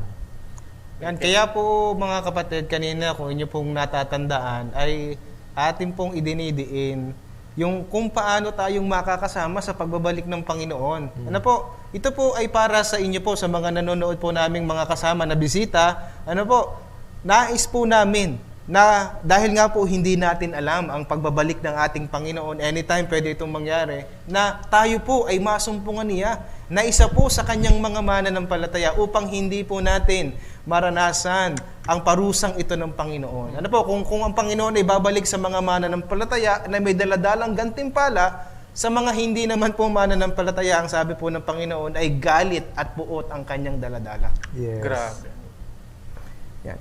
At ano pa po kaya ang mga dahilan, mga kapatid, ang layunin ng ating Panginoon sa kanya pong pagparito? Well, bukod po doon, mga minamahal, sabi po sa 2 Thessalonians, na po, ikalawang Thessalonica, ito po ang sabi po ng Biblia, sa ikalawang Thessalonica po, chapter 2, verse 8, yan, sabi po ng Panginoon sa bahagi pong ito, at kung magkagayoy mahahayag ang tampalasan, napapatayin ng Panginoong Hesus ng hininga ng kanyang bibig, at sa pamamagitan ng pagkahayag ng kanyang pagparito ay lilipulin. Ayun. Wow. Ano po, ang tinutukoy po diyan, kung may napansin po kayong parang karakter bukod po sa Panginoon, yung tinutukoy po diyan ang tampalasan. Ano po, sa pag-aaral po mga minamahal, ang tinutukoy po diyan ay yung sinasabing Antichrist o Antikristo. Ang isa po sa layunin po ng Panginoon sa kanyang pagbabalik ay upang lipulin. Tapusin na kung ano man pong paghahari at pangunguna Puksain ng talagang pupuksain niya. Ano po? Yung pong lilitaw na Antikristo. Ano po? Sa mga huling panahon. Yan po ang isa sa kanya pong mga layunin sa kanya pong pagbalik po dito. At yan naman ay maliwanag din na binabanggit sa aklat ng Old Testament. Mamaya na lang natin babasahin yun. Pero ang isa pa rin po dito sa New Testament ay sa kabanatang 11 ng Apokalipsis, talatang 20 at saka 21. Ito po yung sabi rito. At sinunggaban ang hayop at kasama niya ang bulaang propeta na gumawa ng mga tanda sa harapan nito na siyang ipinandaya sa mga nagsitanggap ng tanda ng hayop at sa mga sumamba sa larawan nito. Ang dalawang ito ay inihagis na buhay sa dagat-dagatang apoy na nagliliyab sa asupre, at ang mga iba ay pinatay sa tabak na lumalabas sa bibig niyaong nakasakay sa kabayo, at ang lahat ng mga ibon ay nangabusog ng mga laman nila. So dito po sa ating binasang ito, layunin po ng pagbabalik ng ating Panginoon ay upang alisin nga po itong mga bulaang propetang ito, itong ang Antikristong ito, at upang sa ganoon ay siya na po yung manguna. Maghari. Maghari. Okay? Hindi po itong sistemang ito'y magpapatuloy. Ito hong mundong ito ay babaguhin ng ating Panginoong Diyos sa kanya pong pagbabalik. Amen. No? Pagagandahin po niya ito. Kasi Pastor, yung nabanggit nyo kanina na sa panahong ito, parang may kumokontrol Oo, ng daigdig, na ang tao ay talagang dinadala sa lalong kasamaan at kahirapan. At yan na may sinasabi ng Bible pagbalik ng ating Panginoon, pupuksain niya yon at siya na ang maghahari po. Saan po kayong talata yun makikita na ang Panginoon ay maghahari? Ito ay nasa sa Apokalipsis, Revelation chapter 20, verse 6. Mga kapatid, ito po ang sabi po ng Biblia. Revelation 20, verse 6. Mapalad at banal ang makalakip sa unang pagkabuhay na mag-uli. Sa mga ito'y walang kapangyarihan ang ikalawang kamatayan, kundi sila ay magiging mga saserdote ng Diyos at ni Kristo, at mangaghaharing kasama niya sa loob ng 1,000 taon. Okay. Yan. Okay. Ito pa, may talata pa rito sa 2 Pedro, Yan. Amen. kabanatang 3, talatang 9, hanggang sa mga sumusunod, hanggang 14.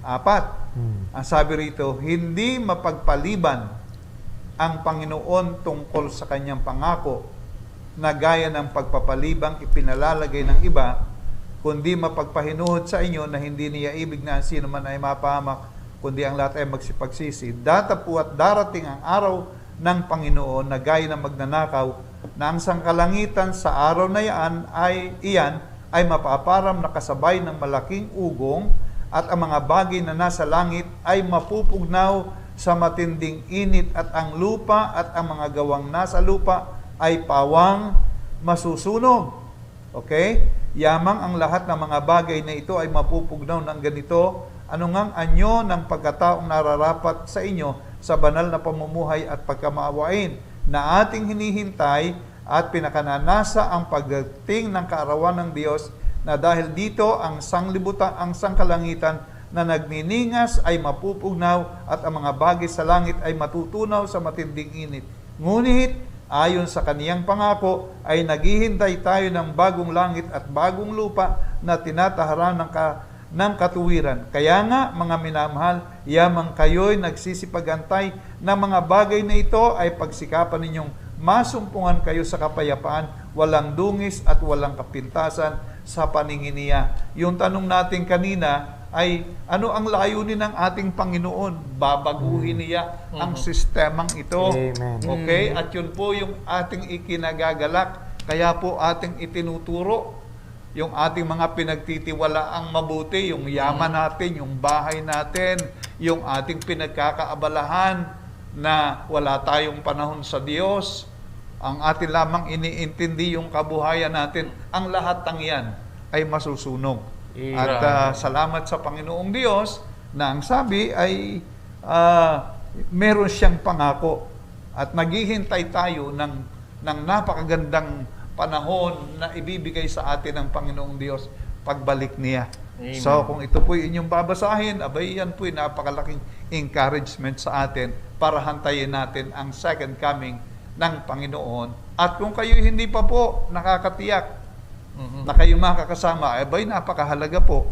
Hindi nyo mararanasan ang mga pangakong ito ng ating Panginoong Diyos. Amen. Kaya pala, Pastor, ang tawag ni Titus, sa pagbabalik ng Panginoon ay blessed hope. Yes. Dahil talagang, alam niyo po, napakaganda po ng mangyayari sa pagbabalik ng Panginoon para sa mga mananampalataya. Okay. Salamat po sa Panginoon sa biyaya yan. Kaya po mga kapatid, kanina pa po namin binabanggit, nais ng Panginoon na tayo po yung makakilala po sa Kanya dahil sa pagbabalik po niya. Amin pong sinasaysay dito, ang napakaganda na nga po yung mangyayari sa mga mananampalataya sa Kanya pong pagbabalik. At isang kahindik-hindik naman po na nga po ay karanasan, kaparusahan sa mga maiiwan. Kaya mga minamahal, muli po amin pong pinananawagan sa mga bisita po namin ng mga nanonood na kaibigan. Ito na po ang panahon ng kaligtasan. Ito na po ang panahon na dapat po tayong manampalataya sa atin pong Panginoon. Amen. So, purihin po ang Panginoon at yan po'y ating pinagsisikapan na atin pong maiayos ang mga pagtuturong ito upang sa ganun maunawaan po ninyo ang tunay na pananampalataya sa atin pong Panginoong Jesus. Makaranas tayo ng katiyakan ng kaligtasan Ang ating pong Panginoon ay nangako, ang sabi niya, ang sumampalataya sa Kanya ay hindi nahahatulan, may buhay na walang hanggan. Sana po ay inyong anyayahan ang Panginoon sa inyong mga puso bilang kilalanin nyo na siya nagbayad ng inyong kasalanan, siya ang tumubos, siya ang inyong kapatawaran, siya ang nagpaging dapat sa inyo, nagpabanal sa inyo, okay, naging matuwid kayo dahil sa Kanya, sa ginawa ng Panginoon doon sa krus ng Kalbaryo. Yan po yung pananampalatayang itinuturo ng banal na kasulatan. At kung inyo pong kikilalanin yan, ang sabi ng Panginoon, kayo po ay mayroong buhay na walang hanggan. At kung inyo pong tatanggapin niyang katotohanan yan, pagbalik ng Panginoon, kasama rin po kayo Amen. sa rapture. Amen. Salamat Sa po. pagbabalik ng Panginoon. Purihin po ang Panginoon at salamat po mga minamahal sa inyo pong pagsama po sa amin. Ano po? At kami po ay nagpapasalamat din po sa inyo pong partisipasyon, sa inyo pong pagpasa ng inyo pong mga katanungan. Ano po? At meron po tayong ilang mga tanong po na pinadala po ng ating pong mga manonood. Ano po? At unang tanong po, bakit daw po hindi alam ni Jesus o ng ating Panginoong Jesus, ano po, ang pagbabalik o ang kanyang pagbabalik, ano po, ang katapusan kung siya po ay kung siya po ay Diyos. Okay, so sa totoo po, maliwanag na itinuturo ng banal na kasulatan na ang Panginoong Hesus po ay Diyos.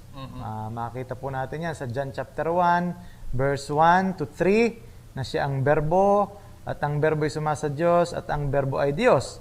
Pagdating po sa verse 14 ng John chapter 1, ang nagkatawang tao ang berbo. Okay. So, ang sagot po, bakit hindi alam ng Panginoong Hesus ang mismong kanyang pagbabalik? Tanging ang Ama lamang. Sapagkat ganito po ang sinasabi ng aklat ng Pilipos, chapter 2. Kung doon po sa nagtanong, at sa inyo pong lahat ay inyo pong sundan ako sa Pilipos chapter 2, verse 5 hanggang 8. At ganito po ang sinasabi. Mangagkaroon kayo sa inyo ng pag-iisip na ito'y na kay Kristo Jesus din naman. Verse 6, na siya, si Jesus, bagamat nasa anyong Diyos. Ano daw po ang anyo ng ating Panginoon? Panginoong Jesus, Diyos, nasa anyong Diyos. Ay hindi niya inaring isang bagay na nararapat panangnan ang pagkapantay niya sa Diyos. Siya daw po'y nasa anyong Diyos, kapantay ng Diyos, pero ang sabi diyan, hindi niya inaring isang bagay na nararapat panangnan yung bagay na yon, yung kanyang pagkapantay sa Diyos. Anong kanyang ginawa sa 7? Kundi bagkus hinubad niya ito at nag-anyong alipin na nakitulad sa mga tao at palibhasay nasumpungan sa anyong tao, siya'y nagpakababa sa kanyang sarili na nagmasuno rin hanggang sa kamatayan, sa kamatayan sa krus. So, ang sagot po natin dun sa tanong, bakit hindi alam ng Panginoong Hesus? Dahil nung oras na yon, nung siya'y nagsasalita at kaharap niya ang kanyang mga alagad, siya po'y nasa pagkakatawang tao. Na bilang siya'y nasa pagkakatawang tao, siya'y nasa anyong alipin, wala siya sa anyong Diyos. Hinubad niya yung kanyang pagkapantay sa Diyos, siya ay nakitulad sa mga tao. At bilang tao, bilang nasa anyong alipin, meron hong mga limitasyon ang ating Panginoong Hesus. Kaya po din, yun din pong talatang yan ang sumasagot, ay kung bakit si Kristo'y nagutom, bakit si Kristo'y nauhaw, bakit si Kristo'y inantok at namatay. Kung siya'y Diyos, ay nung time na yun, siya'y nasa pagkakatawang tao po at anyong alipin. Pero sa original niyang kalagayan bilang siya Diyos, hindi ho siya nagugutom, hindi ho siya nauuhaw, at alam niya ang lahat ng bagay. Yun po ang ating sagot sa inyong tanong. Sa madaling salita, yung sinasabi ng ating Panginoon diyan ay bilang tao. Yes, okay. Opo. So, alam namin na maaaring i-technical ninyo yung mga tanong na yan, pero sa pagiging Diyos, alam ng Panginoong Diyos ang lahat. Pero Amen. bilang tao, binanggit ng Panginoon ang pangungusap na yon bilang tao. Yes. Okay? Amen. Atin hong nililinaw yan. Bilang Diyos, abay wala hong limitasyon ang Diyos. At wala ho namang maliit na Diyos. Kung talagang Diyos. Ang atin pong Yes. Panginoon, abay tunay na Diyos. Okay? Okay. Bumasa po tayo ng isang talata para lang masatisfy kayo sa kadiyusan ng ating Panginoong Hesus. Bagaman hindi po ito ang talagang topic natin. Dahil po yung tanong ninyo ay medyo, alam kong kayo ay medyo naghahanap ng katotohanan na ay kung Diyos ang Panginoon, ay dapat alam niya. Ay bakit hindi niya alaman? Ay dahil hindi nga siya Diyos. Ay minsan, sakalam po natin yan papaksaing ng malalim, pero gusto ko hong bumasa lang para inyo hong maisip yung sagot namin. Ang limitasyon ng Panginoon ay bilang tao, pero hindi bilang Diyos. Yes. Ngayon, gusto ko lang pong bigyan kayo ng isang talata o isang bahagi ng kasulatan. Kolosas Kapitulo 1. Basahin po natin ang 15 at 16. Amen. Okay? Ito po ang sabi, na siya ang larawan ng Diyos na di nakikita, ang panganay ng lahat ng mga nilalang. And then 16 po, sapagkat sa kaniya nilalang ang lahat ng mga bagay sa sangkalangitan, sa sangkalupaan, mga bagay na nakikita at mga bagay na di nakikita, maging ang mga luklukan o mga pagsakop o mga pamunuan o mga kapangyarihan, lahat ng mga bagay ay nilalang sa pamamagitan niya at ukol sa kaniya, na siya ang una sa lahat ng mga bagay. At ang lahat ng mga bagay ay nabubuhay dahil sa kaniya, na siya ang ulo ng katawan, sa makatuwid bagay ang iglesia. Si Jesus po ang tinutukoy diyan. Hindi po yan ang Ama. Pero ano ang sinasabi nating, ang sabi, hindi alam ng anak ay sa bahaging tao. Yun ang kanyang tinutukoy. Okay? Pero dito po sinasabing siya ang manglalalang. John chapter 1, verse 3. Verse 3. Bagaman hindi po ito ang topic natin, sinasagot lang po natin yung inyong tanong. Ito po ang sabi, nang pasimula 1 hanggang 3, siya ang berbo at ang berbo ay sumasa Diyos at ang berbo ay Diyos. Ito rin ang pasimula ay sumasa Diyos. Verse 3, ang lahat ng mga bagay ay ginawa sa pamamagitan niya. Sino yung niya? Ang berbo. At alinman sa lahat ng ginawa niya ay hindi ginawa kung wala siya. Kaya po yung sagot natin, ano ang hindi alam? Bilang tao. Ang tinutukoy ng talata. Yung anak ay bilang tao ang tinutukoy. Doon tinutukoy ang salitang hindi alam ng anak. Amen. Amen. Okay. Salamat po. Yan, sana po ay nalinaw po Yan, panibagong topic po yung yun eh. Salamat po sa Panginoon yan po. At ikalawang tanong po, mga minamahal, ito po ang sabi ng nagpadala. May talata na magiging madalas ang lindol at disaster. Sa ngayon ay hindi po ito madalas. Ibig sabihin, malayo pa ang pagdating ng Diyos. Hindi pa baga madalas? Okay. Sagot pa, manood po kayo ng balita. Sige mga kapatid, baka meron kayong talata diyan. Actually, pag atin humatingan po ang pangyayari po sa ating kapanahunan at ikukumpara po natin sa noong nakaraang mga panahon, ay hindi po ganoong kadalas ang mga lindol. No? At ngayon po, pagka ating pinood sa telebisyon, talaga hong madalas na ang paglilindol po na nagaganap sa ating mundo. Kaya hindi ho natin masasabi na hindi pa ito madalas. No? Kumbaga, halos araw-araw po ay nagkakaroon na po ng lindol sa lahat po ng dako ng ating pong mundo. No? Kaya doon sa sinasabi, hindi ko po alam kung saan ho natin nabasa na hindi pa madalas ang lindol na nangyayari po sa ating mundo ngayon. No? So, yung ating binabanggit na madalas ay ikinukumpara natin sa mga nakalipas na panahon. Kung ating titingnan yung mga nakaraang mga daang taong nakalipas, mas madalas ngayon kaysa noon. Ang mga balitang yan. Ngayon, kung sa tingin natin ay hindi pa madalas, gaano kadalas dapat lumindol para masabi po nating madalas na nalindol na? Okay, yun ang tanong. Gusto nyo ho bagay miya't maya para masabing madalas na nga pala at siya malapit na? Okay. Yan, okay. Salamat po. Sana po nasatisfy po kayo sa sagot na yon. Okay. At ang puntos po, kumpara po dati ay mas madalas naman nga po ngayon. Yes. Ito po, number 3. Ano po? May nagsabi na 2,000 years ago na. 2,000 years ago na itong Ago pa, binanggit ng siguro ating 2,000 Panginoon. years ago pa. Ago pa. Ito nasabi. Yan, nasabi. Yan. Ito kaya ay Ito kaya mangyayari mangyayari pa. Ang tagal-tagal na daw na. Okay, alam mo nabanggit. kapatid, yung tanong na yan, mayroon ding nalalaman ng banal na kasulatan yan. Pare-pareho tayo na nasa isip. Tingnan natin po. Yan hong tanong ninyo. Sa Bible, may nagtanong na rin po na yan. Okay, sa ikalawang Pedro po, chapter 3. Okay, tanyo po ang sinasabi dito. Basahin po natin sa verse 1 hanggang verse 9.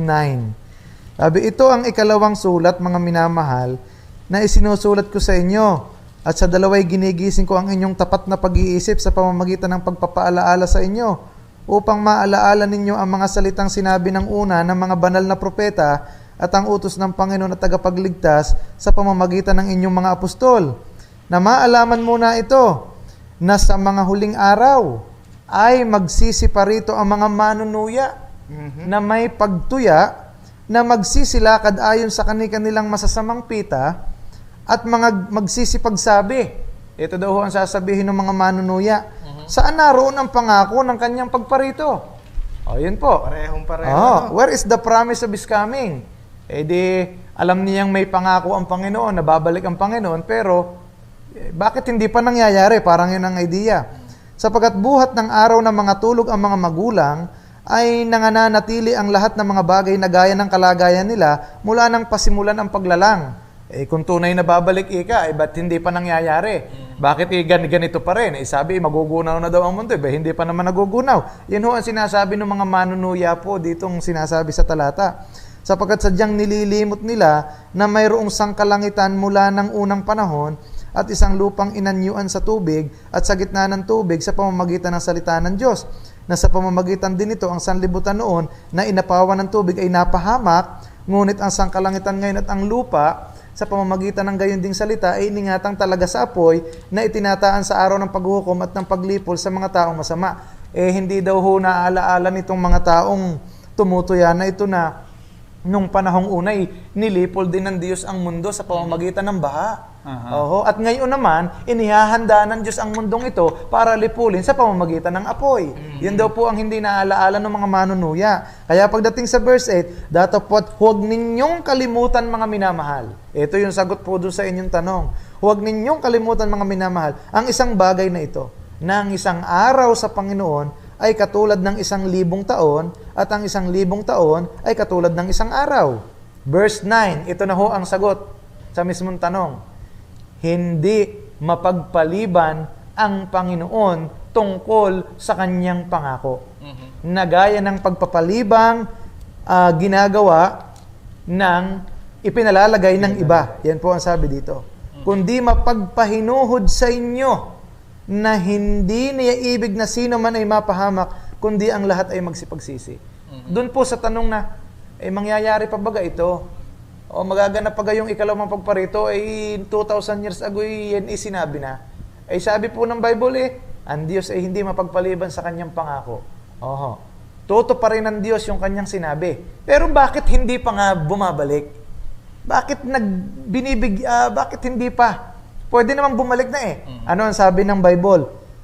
Kundi mapagpahinuhod sa inyo.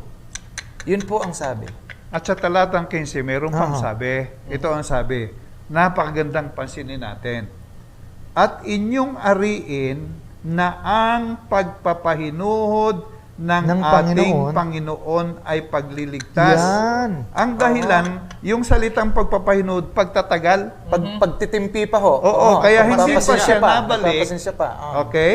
hindi pa siya nabalik, ay gusto niya na ikaw ay maligtas pa. Yes, at magsisi. Magsisi. Yun po ang sabi dun sa verse 9 din. Okay. Hindi niya ibig na sino man ay mapahamak, kundi magsipagsisi. Kaya marahil ang sagot sa iyo, kapatid, o minamahal, kung sino man po ang nakapagpadala ng tanong, ay baka po kayo naiinip. Yun. Ano? Yun din ang isip ko, baka naiinip na. Naiinip, ay gusto ko nang bumalik ang Panginoon. Ay baka binibigyan ka pa ng pagkakataon ng Panginoon kung hindi ka paligtas na ikaw ay magsisi at manampalataya sa Panginoon. O kung ikaw naman ay ligtas na, ay baka yung iyong mga minamahal sa buhay pa, yung Amen. iyong kapamilya, yung iyong kapitbahay, yung iyong kaibigan, ay gusto rin naman ng Panginoon na maligtas bago siya bumalik. Oo. Dahil pagka hindi ligtas at nakabalik ang Panginoon, ay Kawawa. diretso sa impyerno po yan. Yan yung Okay. paghihigantihan ng Panginoon Kaya sa madaling salita, salamat ang Panginoon na hindi pa nabalik. at nagpapahinuhod pa. Oo. Nagtitimpi pa, no? Nagtitimpi. Imbis pala dapat na manuya ang mga taong ito, dapat pala sila yung nagpapasalamat Yes. pa. Aha. Ano po? Binibigyan pa tayo ng pagkakataon ng Panginoon na talagang magsisi at manampalataya po sa Kanya. Aha. Kaya po, doon sa mga nagtatanong, kung kayo po ay nagtatanong, kayo naiinip, ay ang tanong ko po sa inyo, kayo po bagay ligtas na. Amen. Okay, kung hindi pa po kayo ligtas, kayo po ay tumanggap, magsisi sa inyong kasalanan, tanggapin niyo ang Panginoong Hesus bilang inyong sariling tagapagligtas. Okay? Siya ang nagbayad ng ating kasalanan. Ngayon, pagka kayo po ay tumanggap, di kayo maliligtas. Siyempre, ligtas kayo ay yung inyong mahal sa buhay. Mhm. Yung inyong kamag-anak, yung inyong misis, yung inyong mga anak. Yan, ako. Marami pa po. Kaya salamat sa Panginoon, hindi pa siya nabalik. Ang sabi ngayon, malapit na. Alam niyo yung nag-i-exam, yung nakuha ng examination, okay? Ang ikinatatakot nila, yung pag malapit na ang examination, ay kulang pa ang kanilang pag-aaral. Doon sila natatakot. Kaya po naman, Pastor, yung idea ng Panginoon na malapit na, ang gusto talagang ipaunawa sa atin ng Panginoon, ipagawa ng Panginoon, ay kahandaan, maging handa tayo. Kaya talagang hindi niya sinabi kung kailan eh. Para every time ay dapat maging handa tayo sa kanyang pagbabalik. Amen. So, siguro, Yan. Salamat po at talagang napakamabiyaya po ng ating pong gabing ito ng pagtatalakay sa topic na ito na po. At nawa mga kapatid, kayo po ay napagpala ng kanya pong mga salita at maraming natutunan. At higit, mga kapatid, kung inyo pong naintindihan ang purpose po ng programang ito, sana po kayo po ay manampalataya sa Panginoon. At para po sa karagdagang mga announcement, Sir Joel? Okay, so sa darating pong Biyernes, samahan niyo po uli kami sa susunod na talakayan. At ang paksa po na ating pag-uusapan ay tungkol po naman doon sa tinatawag na rapture o pagdagit na nabanggit po natin kanina sa atin pong pagpapaliwanagan. So yan po ay bibigyan natin ng diin at atin hong hihimayin din po ang ilang mga katotohanan patungkol po sa bagay na yan. Okay po. Basta. so purihin po ang Panginoong Diyos sa atin pong pag-aaral at tayo po ay mananalangin. So atin pong itungo ang ating mga ulo, ipikit ang ating mga mata. Mapagpala po naming Diyos, salamat po sa inyo. Napakabuti mo po, Ama, sa amin, na ang inyong salita ay bukas sa aming mga harapan. Napapag-aralan namin at anytime na nais po namin itong buksan, ay mabubuksan po namin. Aming Panginoon, salamat po sa katotohanan na hindi mo kami pinabayaan. Isang araw, kayo po ay babalik at kami po ng inyong mga anak ay inyo pong kukunin. At salamat din po, Panginoon, sa katotohanan na kung ikaw po ay hindi pa bumabalik ngayon, ay dahil mahal mo kami, sapagkat nais mo silang mga wala pang pagkakilala ay magkaroon pa ng pagkakataon na makalapit sa inyo, tanggapin kayo bilang Panginoon at tagapagligtas. Sapagkat sa oras na kayo po ay bumalik na, tapos na po ang panahon ng pagliligtas. Aming Panginoong Diyos, kahabagan mo po ang bawat isa. Kayo po ang magbukas ng kanilang diwa at nawa nga po ay anyayahan kayo sa kanilang puso bilang kanilang Panginoon at kanila pong tagapagligtas. Aminin ang kanilang mga pagkakasala sa inyo at tanggapin po kayo na kayo po ang nagbayad at tumubos sa kasalanan ng sino man po sa amin. At aming Ama, samahan mo po kami maging sa amin pong pagtatapos, sa aming pagpapahinga, sa gabing ito at sa araw po ng bukas, muli mo kaming ibabangon. Ama, ito po'y dalangin po sa iyo sa pangalan ng Panginoong Jesus. Amen. At amen. Amen at amen. Brother AJ, baka may gusto kong sabihin sa ating mga manonood? Salamat po sa ating mga manonood na talagang sumubaybay hanggang sa matapos. Ay sana po kayo napagpala at natuto. At sana po, hindi lang po ngayon, sa mga susunod po nating pag-aaral at mga episode, sana po kayo makasama namin. No? At magandang gabi po sa inyong lahat. Purihin po ang Panginoon. Yan, salamat po at nawa po next week uli ay kami po ay inyo pong samahan sa programang The Good Shepherd Tenets.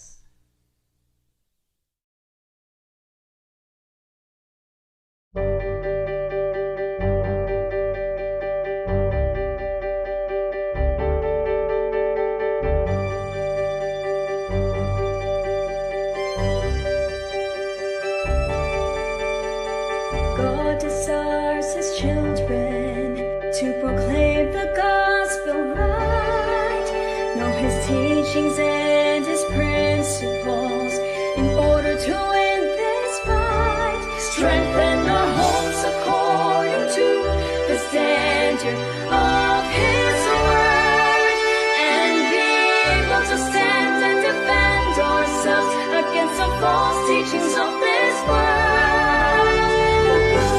Shepherd,